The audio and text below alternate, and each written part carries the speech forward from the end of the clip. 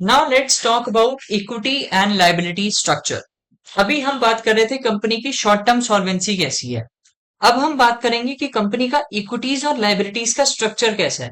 मतलब कंपनी में internal fundings कितनी है और बाहर से उसने लायबिलिटीज कितनी उठा रखी है।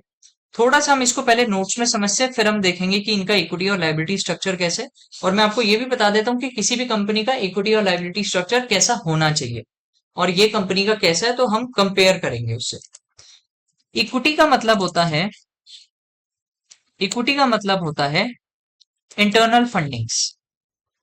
मतलब ओनर का कितना पैसा लगा हुआ है, ठीक है।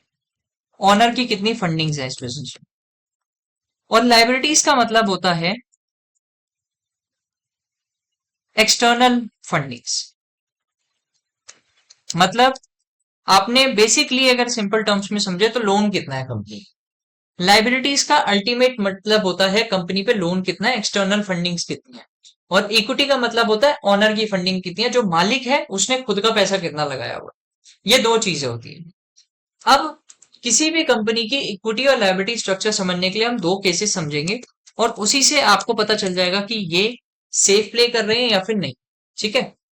शॉप वन है, उसके ऑनर ने शॉप वन के ऑनर ने शॉप वन के ऑनर ने टोटल उसको एक बिजनेस स्टार्ट करना है, ठीक है।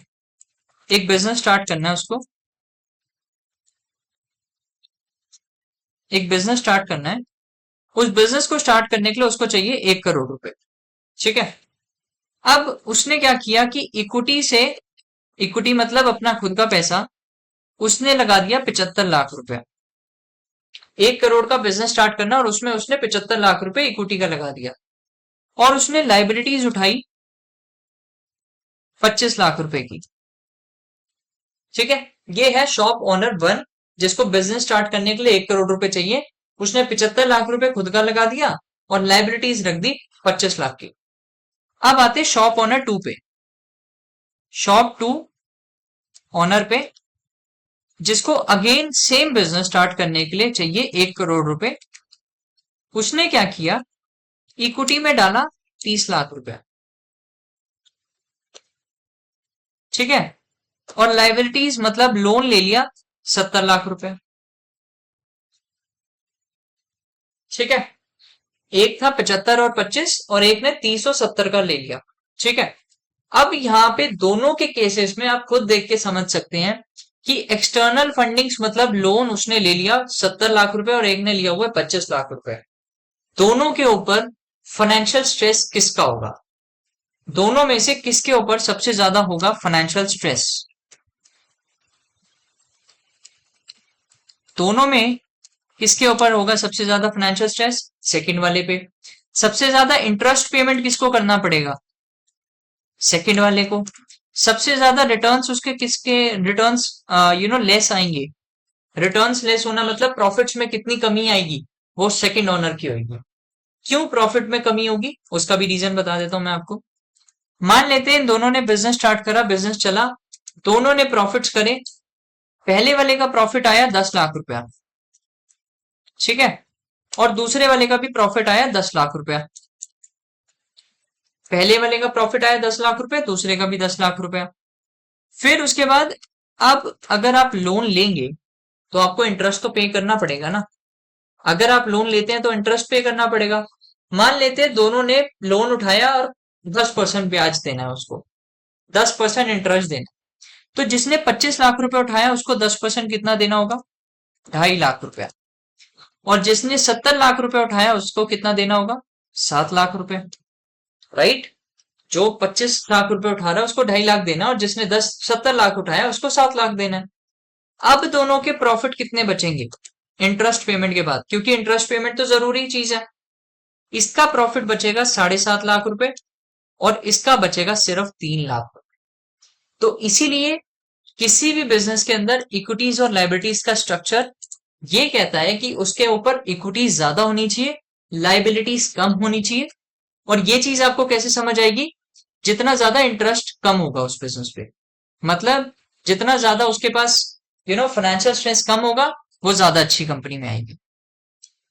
तो यहाँ पे हम ये तीन चीजें मार्क कर देते हैं।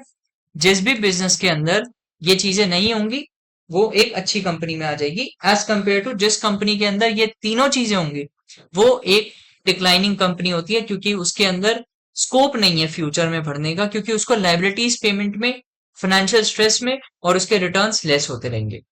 ठीक है, अब हम थोड़ा सा बात कर लेते हैं कि ग्रीन कब होगी ये कंपनी, जिसके अंदर इक्विटी ज्यादा होगा, इक्विटी मोर, अराउंड अराउंड 78 से 80% इतना होना चाहिए।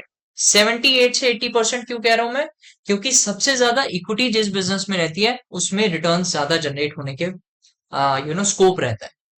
दूसरी चीज, उसको इंटरेस्ट पेमेंट कम करनी पड़ेगी, तो इंटरेस्ट पेमेंट लेस करनी पड़ेगी। और तीसरी, उसके रिटर्न्स ज्यादा जनरेट होंगे, मतलब इंटरेस्ट उसका रिटर्न्स जो होंगे वो ज्यादा होंगे। ठीक है, इंटरेस्ट कम होंगे तो ऑब्वियसली रिटर्न्स ज्यादा कमाएगी वो कंपनी। तो यहाँ पे हम मार्क कर देते हैं इसे ग्रीन। तो किसी भी कंपनी में ग्रीन फेस कौन सा होता है, ग्रीन मतलब फायदे वाला फेस कब होता है, जब उसमें तीन कंडीशंस मीट हो रही हो, जब इक्विटीज और लायबिलिटीज की बात हो रही हो, जब उसकी इक्विटी अराउंड होगी 78 से 80%, इंटरेस्ट पेमेंट होगा कम और रिटर्न्स होंगे ज्यादा। जिस कंपनी में फाइनेंशियल स्ट्रेस ज्यादा होगा उसमें लायबिलिटीज ज्यादा होंगी, इंटरेस्ट पेमेंट ज्यादा होंगी और रिटर्न्स होंगे लेस। यहाँ पे हम लिख देते हैं इंटरेस्ट पेमेंट मोर करनी पड़ेगी उसको। ठीक है, और फाइनेंशियल स्ट्रेस कब आएगा उस कंपनी में, जब लाइबिलिटीज का जो पोर्शन है, लाइबिलिटीज जो पोर्शन है, जब उसकी लाइबिलिटीज, एक सेकेंड, हाँ, उसकी लाइबिलिटीज कम से कम 60-70% हो रही होगी, या फिर मैं तो कहूंगा 50% लाइबिलिटीज भी एक सेफ कंडीशन नहीं है, 50-50 कंडीशन पे चल रहे हैं वो लोग। तो यहाँ पे अगर हम देखें आईटीसी के अंदर, तो मुझे तो सबसे ज्यादा टोटल इक्विटी दिख रहा है। ये तीन बार्स हैं आपके, टोटल इक्विटी, करंट लायबिलिटीज और non current liabilities. Orange colour से है आपका total equity, dark blue colour से है आपका करंट लायबिलिटीज और ये है आपकी करंट नॉन करंट लायबिलिटीज। तो सबसे ज्यादा क्या दिख रहा है आपको, टोटल इक्विटी। लेकिन अभी हमें परसेंटेज टर्म्स में नहीं दिख रहा, अमाउंट में दिख रहा है। तो थोड़ा सा अगर हम परसेंटेज में देख ले तो इसको ज्यादा क्लैरिटी हो जाएगी, इसलिए हम देख लेते हैं। सॉल्वेंसी टेस्ट के अंदर कंपनी की टोटल इक्विटी 80% आ रही है। अगर हम बात करें करंट लायबिलिटीज की तो वो है 16% और 3% है, ये है 2025 का। और अगर 2017 से देखें तो 83% था 2017 में और आज है 80%, जो कि थोड़ा लेस हुआ है, लेकिन स्टिल कंपनी अभी अच्छा प्ले कर रही है। तो अगर हम बात करें कंपनी की सॉल्वेंसी के बारे में, लॉन्ग टर्म सॉल्वेंसी के बारे में, तो कंपनी अभी सॉल्वेंट है। तो अगर हम सॉल्वेंसी के बारे में करें तो आईटीसी एक सॉल्वेंट कंपनी है in terms of long term, मतलब आने वाले टाइम में अच्छा रिटर्न जनरेट कर सकती है। जिस कंपनी के अंदर ऐसा होता है वो कंपनी अच्छा ही रिटर्न जनरेट करती है, क्योंकि उसके पास इक्विटी ज्यादा है, इंटरनल फंडिंग ज्यादा है, जिसकी वजह से उसको लायबिलिटीज कम मीट करनी पड़ेगी, मतलब लोन का पैसा वापस कम देना पड़ेगा और इंटरेस्ट भी कम देना पड़ेगा, और उसके रिटर्न्स पे ज्यादा इंपैक्ट नहीं आएगा। अब हम बात करते हैं कंपनी के इक्विटी स्ट्रक्चर के बारे में। इक्विटी और लायबिलिटीज तो हमने देखा कि इक्विटी ज्यादा होनी चाहिए, लायबिलिटीज कम होनी चाहिए, लेकिन किसी भी बिजनेस के अंदर इक्विटीज का प्रपोर्शन कितना होना चाहिए, मतलब कि इक्विटीज का मतलब सिर्फ यही नहीं होता कि इंटरनल फंडिंग्स के भी कुछ पोर्शन होते हैं, जैसे कि share capital, retained earnings, general reserves and other reserves. अब हम इन चारों की बात करते हैं। ठीक है, अब हम इन चारों की बात करते हैं। इक्विटी का एक स्ट्रक्चर होता है। जब आप इक्विटी और स्ट्रक्चर, लायबिलिटी स्ट्रक्चर की बात करते हैं, तो वो तो आपको समझ आ गया कि इक्विटी ज्यादा होनी चाहिए और लायबिलिटीज कम होनी चाहिए। लेकिन इक्विटी स्ट्रक्चर भी कुछ चीज होती है। इक्विटी स्ट्रक्चर का मतलब होता है शेयर कैपिटल। शेयर कैपिटल मतलब होता है ओनर का इन्वेस्टेड अमाउंट। दूसरा आता है रिटेन्ड अर्निंग्स। रिटेन अर्निंग्स आपका सेकंड इक्विटी स्ट्रक्चर होता है, मतलब कि इंटरनल फंडिंग्स का पार्ट होता है। जब बिजनेस प्रॉफिट्स कमाता है ना, जब भी बिजनेस प्रॉफिट्स कमाता है तो उस प्रॉफिट को वो कुछ तो डिविडेंड दे देता है, राइट। आपने देखा होगा जो भी कंपनी पैसा कमाती है वो डिविडेंड देती है हर साल। तो कुछ कंपनीज क्या करती है ना, सारा डिविडेंड दे देती है, कुछ करती है आधा डिविडेंड देती है, और कुछ करती है कि इतना डिविडेंड दे दिया और इतना पैसा अपने पास रख लिया। जो पैसा कंपनी अपने पास रख लेती है ना प्रॉफिट्स में से, प्रॉफिट्स, जो कंपनी अपने पास प्रॉफिट्स में से पैसा रख लेती है, कुछ हिस्सा, उसको हम कहते हैं रिटेन्ड अर्निंग्स। रिटेन्ड का मतलब क्या होता है? रख लेना। अर्निंग्स मतलब जो प्रॉफिट हुआ था। तो रिटेन्ड अर्निंग्स का मतलब होता है जब प्रॉफिट्स होते हैं तो उसमें से कुछ परसेंट कंपनी अपने पास रख लेती है, तो उसे हम कहते हैं रिटेन्ड अर्निंग्स। फिर आते हैं जर्नल रिजर्व्स। जब कंपनी के पास प्रॉफिट्स होंगे तभी ये सारे रिजर्व्स भी अच्छे से काम करेंगे, क्योंकि कंपनी के पास प्रॉफिट्स ही नहीं आएंगे तो ये रिजर्व्स बनाएंगी कैसे? वो लॉसेस में तो रिजर्व्स नहीं बना सकते ना। इसलिए जर्नल रिजर्व आपका तीसरा इक्विटी स्ट्रक्चर होता है। जब बिजनेस के पास पैसा हो ना, तो उसमें से वो कुछ रिटेन अर्निंग कर देती है। अब ये रिटेन अर्निंग्स का क्यों फ्यूचर बेनिफिट में होता है? रिटेन अर्निंग्स फ्यूचर इन्वेस्टमेंट के लिए काम आती है। मान लेते हैं कि आज मेरे पास 5G है मेरी कंपनी में, और मुझे 6G का इम्प्लीमेंटेशन करना है। अब मुझे 6G के टावर्स लगवाने हैं, तो उसके लिए मैं इन्वेस्ट कर सकता हूँ।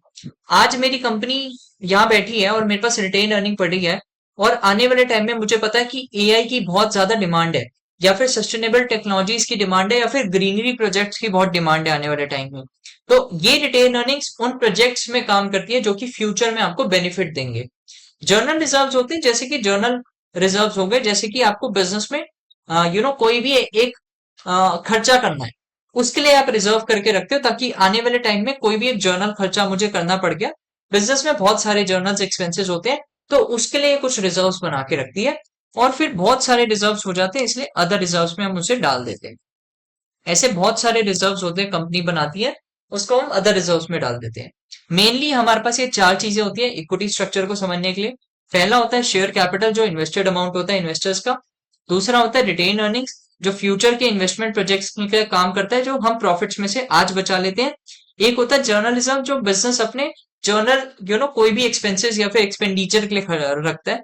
और अदर रिजर्व जैसे कि securities premium reserve, cash reserve, gratuity reserve, या अदर कंप्रिहेंसिव रिजर्व्स, बहुत सारे रिजर्व्स हो जाते हैं। ठीक है। तो इक्विटी स्ट्रक्चर को समझने के लिए सबसे पहला मेन चीज यही है, जिस भी बिजनेस के इक्विटी स्ट्रक्चर में रिटेन्ड अर्निंग्स आपको सबसे ज्यादा मिले ना, वो कंपनी एक ग्रोथ कंपनी है। जिस भी कंपनी के अंदर रिटेन अर्निंग्स आपको मोर देन 50% मिले, वो एक ग्रोथ कंपनी है। अपार्ट फ्रॉम इक्विटी स्ट्रक्चर की बाकी सारी चीजें, जो कि है आपका शेयर कैपिटल, जो कि है आपका जर्नल रिजर्व, जो कि है आपका जर्नल रिजर्व, या सॉरी, या फिर आपका है अदर रिजर्व्स। अगर किसी भी कंपनी में आपको रिटेन अर्निंग्स मोर देन 50% दिख जाए और बाकी इक्विटी स्ट्रक्चर का ये दिख जाए, तो वो एक ग्रोथ कंपनी होती है। क्योंकि उसके अंदर क्या है? रिटेन अर्निंग्स का मतलब क्या था? जो वो कंपनी प्रॉफिट में से पैसा बचा रही है, अगर वो पैसा फ्यूचर के इन्वेस्टमेंट प्रोजेक्ट्स में डालेगी तो उसको ज्यादा से ज्यादा फायदा होगा। इसीलिए वो ग्रोथ कंपनी मानी जाती है, ताकि वो फ्यूचर के लिए पैसा बचा रही है, ताकि फ्यूचर में इन्वेस्टमेंट करके वो ज्यादा रिटर्न जनरेट कर पाएगी। है ना? थोड़ा सा इसको एग्जाम्पल से समझ लेते हैं। एक एग्जाम्पल भी देख लेते हैं इसके अंदर, कि वही बिजनेस ओनर वन की बात कर लेते हैं। उस बिजनेस ओनर के पास एक तो था 7.5 लाख रुपया, ठीक है, एक के पास था 7.5 लाख रुपए, और दूसरे बिजनेस ओनर के पास था, उसने इंटरेस्ट पेमेंट कर दी। अब इन दोनों के पास ऑप्शन है कि ये बिजनेस का क्या करें, इन 2-3 लाख रुपए के प्रॉफिट्स का और 7.5 लाख रुपए का क्या करें। दोनों अपनी कंपनी में ऐसा कर रहे हैं। बिजनेस वन कह रहा है बिजनेस वन कह रहा है आज सिर्फ इनको 50,000 डिविडेंड दे दो, आज इनको सिर्फ 50,000 डिविडेंड दे दो, और रिटेन कर दो 7 लाख रुपया। ठीक है, अपने बिजनेस में 7 लाख रुपए रिटेन कर लो और 50,000 रुपए डिविडेंड दे दो। ठीक है, बिजनेस ओनर बनने का ही। ठीक है, बिजनेस ओनर बनने का 50,000 रुपए डिविडेंड दे दो और रिटेन कर लो 7 लाख रुपया।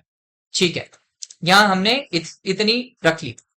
बिजनेस ओनर टू ने कहा डिविडेंड दे दो 1.5 लाख रुपया, हमारी कंपनी की रेपुटेशन बढ़ जाएगी। डिविडेंड कंपनी देती है तो क्या होता है? रेपुटेशन बढ़ जाती है कि भाई ये कंपनी तो डिविडेंड देती है, इसमें इन्वेस्ट करो। और रिटेन कर लो आज 1.5 लाख रुपए, हमें कोई इन्वेस्टमेंट तो करनी नहीं है।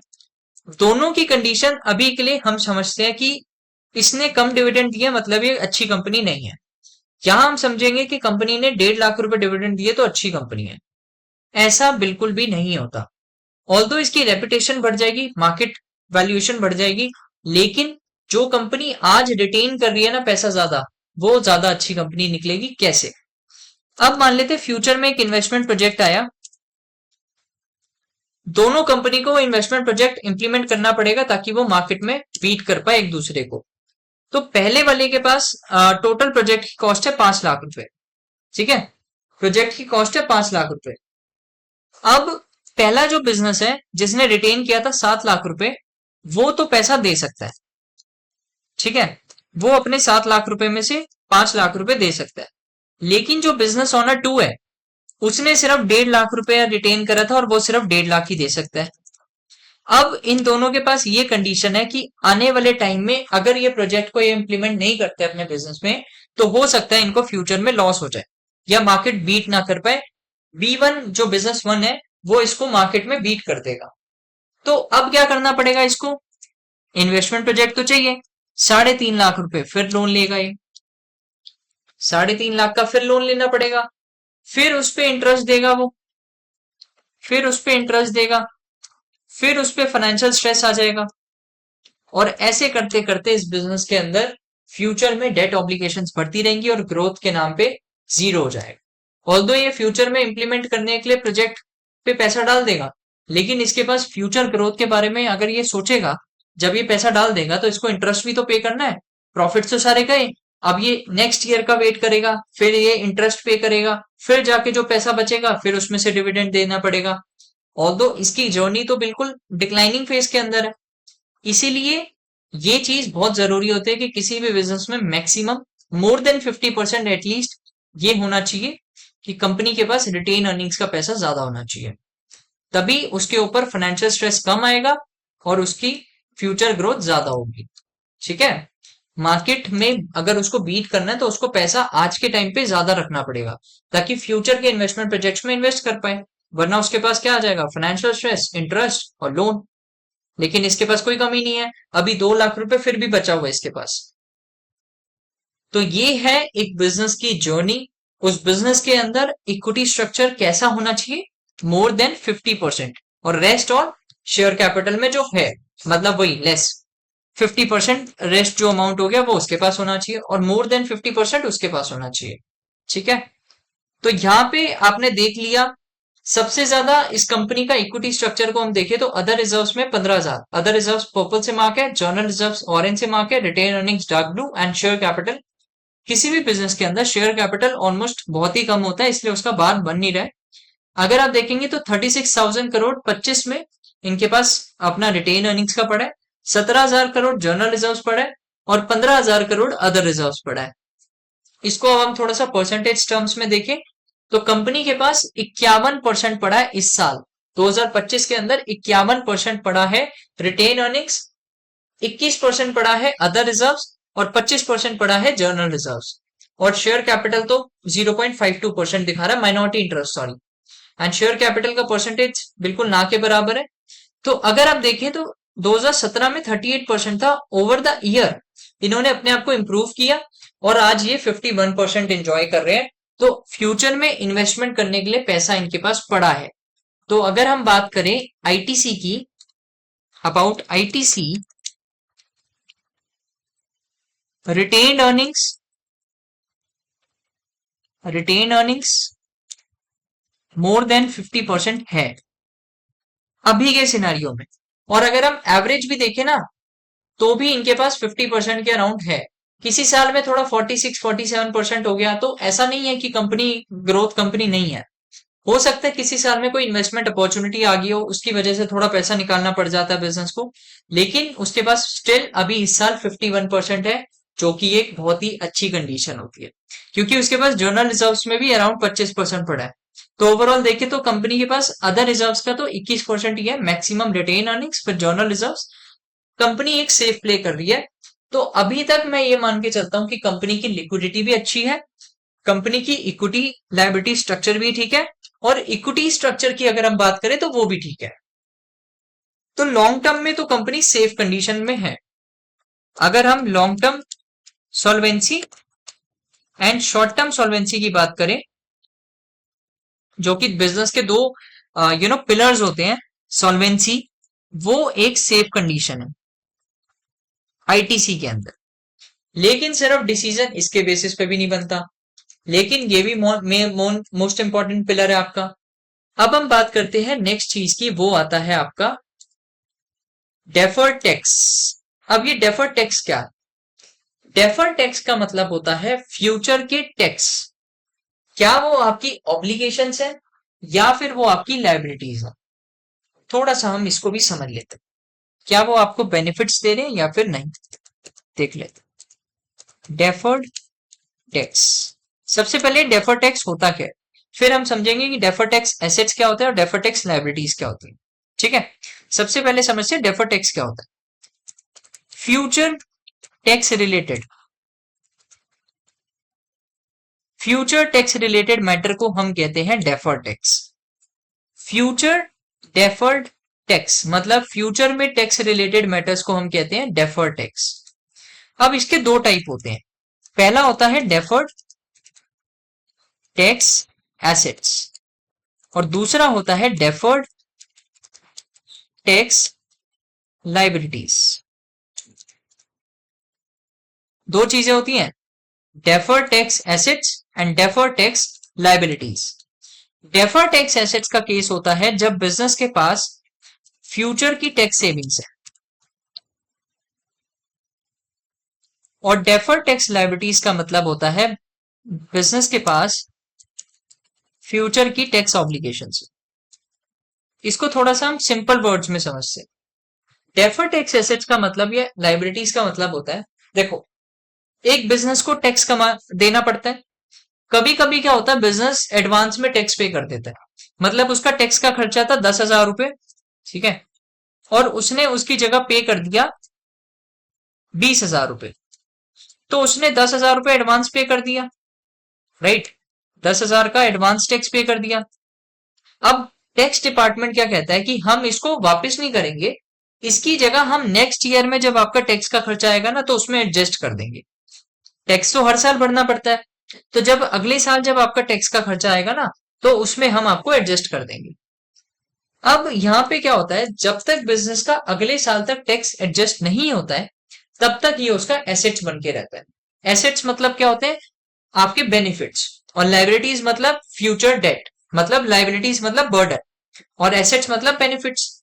एसेट्स का बेसिकली आपको प्रोविजन क्या होता है कि आपको फायदा मिलेगा इससे, और लाइबिलिटीज आप पे स्ट्रेस डालती है। तो जब आप टैक्स एसेट्स रखते हो, डेफर टैक्स एसेट्स होते हैं बिजनेस में, तो आपके ऊपर एक फायदा होता है कि आपकी फ्यूचर की टैक्स सेविंग्स हो जाती है। आपको फ्यूचर में टैक्स कम भरना पड़ेगा क्योंकि आपने आज एडवांस पे कर दिया। लेकिन अगर मान लेते हैं आपके ऊपर टैक्स का खर्चा था 10,000 रुपया और आप अभी के लिए पे कर पाए सिर्फ 5,000 रुपया, तो आपके ऊपर फ्यूचर की टैक्स ऑब्लिगेशन चढ़ गई। 5,000 का एडवांस, 5,000 का लेस टैक्स भरा आपने। अब क्या होगा, फ्यूचर की टैक्स ऑब्लिगेशंस आ जाएंगी, अगले साल आपको जितना भरना था उससे आप ज्यादा पे करोगे। तो ये चीज होती है दोनों में टैक्स एसेट्स और टैक्स लायबिलिटीज का फायदा। जिस भी बिजनेस में डेफर टैक्स एसेट ज्यादा होते हैं और लायबिलिटीज कम होती है, वो कंडीशन बिल्कुल सेफ कंडीशन होती है एज पर इंडस्ट्री स्टैंडर्ड्स और एज पर अगर अकाउंटिंग रूल्स के हिसाब से भी देखें तो, फाइनेंशियल रूल्स के हिसाब से देखें तो। यहाँ पे अगर हम देखें तो कंपनी की डेफर टैक्स एसेट्स है स्काई ब्लू कलर से, और डार्क ब्लू कलर से हमने मार्क किया हुआ डेफर टैक्स एसेट्स को। अगर आप देखें तो लायबिलिटीज ज्यादा दिख रही है मुझे, 1,800 करोड़, ये देखिए 1,880। अगर हम थोड़ा सा इसको चेक करें, 1,878 करोड़ का डेफर टैक्स लायबिलिटीज था कंपनी के ऊपर, जो कि आज बढ़ चुका है 2,582 करोड़ 2025 की अगर हम बात करें। और हर साल डेफर टैक्स एसेट्स के नाम पे कंपनी के पास 45 करोड़ था और आज जाके 88 करोड़ है, जो कि बहुत ज्यादा कम है। यहां पे कंपनी के ऊपर एक टैक्स ऑब्लिगेशन ज्यादा है as compare to tax savings. तो इस कंडीशन पे तो मैं कंपनी को थोड़ा सा डिक्लाइनिंग समझता हूं। डिक्लाइन क्यों? क्योंकि उसके ऊपर टैक्स ऑब्लिगेशन ज्यादा है as compare to tax savings. जिस भी कंपनी के ऊपर फ्यूचर की टैक्स सेविंग्स ज्यादा हो as compare to tax obligations, उस कंपनी को हम ज्यादा अच्छा समझते हैं। लेकिन यहाँ पे डिक्लाइन क्यों है? क्योंकि कंपनी के ऊपर टैक्स ऑब्लिगेशन ज्यादा है ठीक है, और टैक्स सेविंग्स कम है, तो इसलिए हम इसको थोड़ा सा सेफ नहीं समझते, ये एक कंसर्निंग पॉइंट आ जाता है। ऑल्दो आप इसका रीजन ढूंढिए कि ऐसा क्यों है, इस कंपनी के अंदर टैक्स लायबिलिटीज ज्यादा क्यों है और टैक्स एसेट्स कम है, लेकिन अभी के लिए हम यही समझते हैं कि इस बिजनेस में टैक्स लायबिलिटीज कम है, ज्यादा है, और टैक्स सेविंग्स कम है, इसलिए या तो कंपनी थोड़ा सा सेफ प्ले नहीं कर रही, थोड़ा सा उसके ऊपर फाइनेंशियल बर्डन या फिर टैक्स ऑब्लिगेशन ज्यादा है। ठीक है, तो ये एक डिक्लाइनिंग स्टेज किसी भी कंपनी का हो सकता है। ठीक है, अब हम बात करते हैं नेक्स्ट चीज की, वो है cash conversion cycle. Cash conversion cycle को अब हम नेक्स्ट पार्ट में समझेंगे, और उसके बाद हम सारी चीजें समझते जाएंगे, कंपनी की PNL profile, cash flow structure और वैल्यूएशन मैट्रिक्स और कंपनी का शेयर होल्डिंग पैटर्न। लेकिन टिल नाउ आप ये समझिए कि टैक्स लायबिलिटीज कंपनी की अगर ज्यादा है तो ऐसा क्यों रीजन है, और टैक्स एसेट्स कम है तो ऐसा क्यों है। और आप मुझे कमेंट सेक्शन में बताइए कि क्या टैक्स एसेट्स ज्यादा होने चाहिए लायबिलिटीज, जो हमने अभी समझा भी।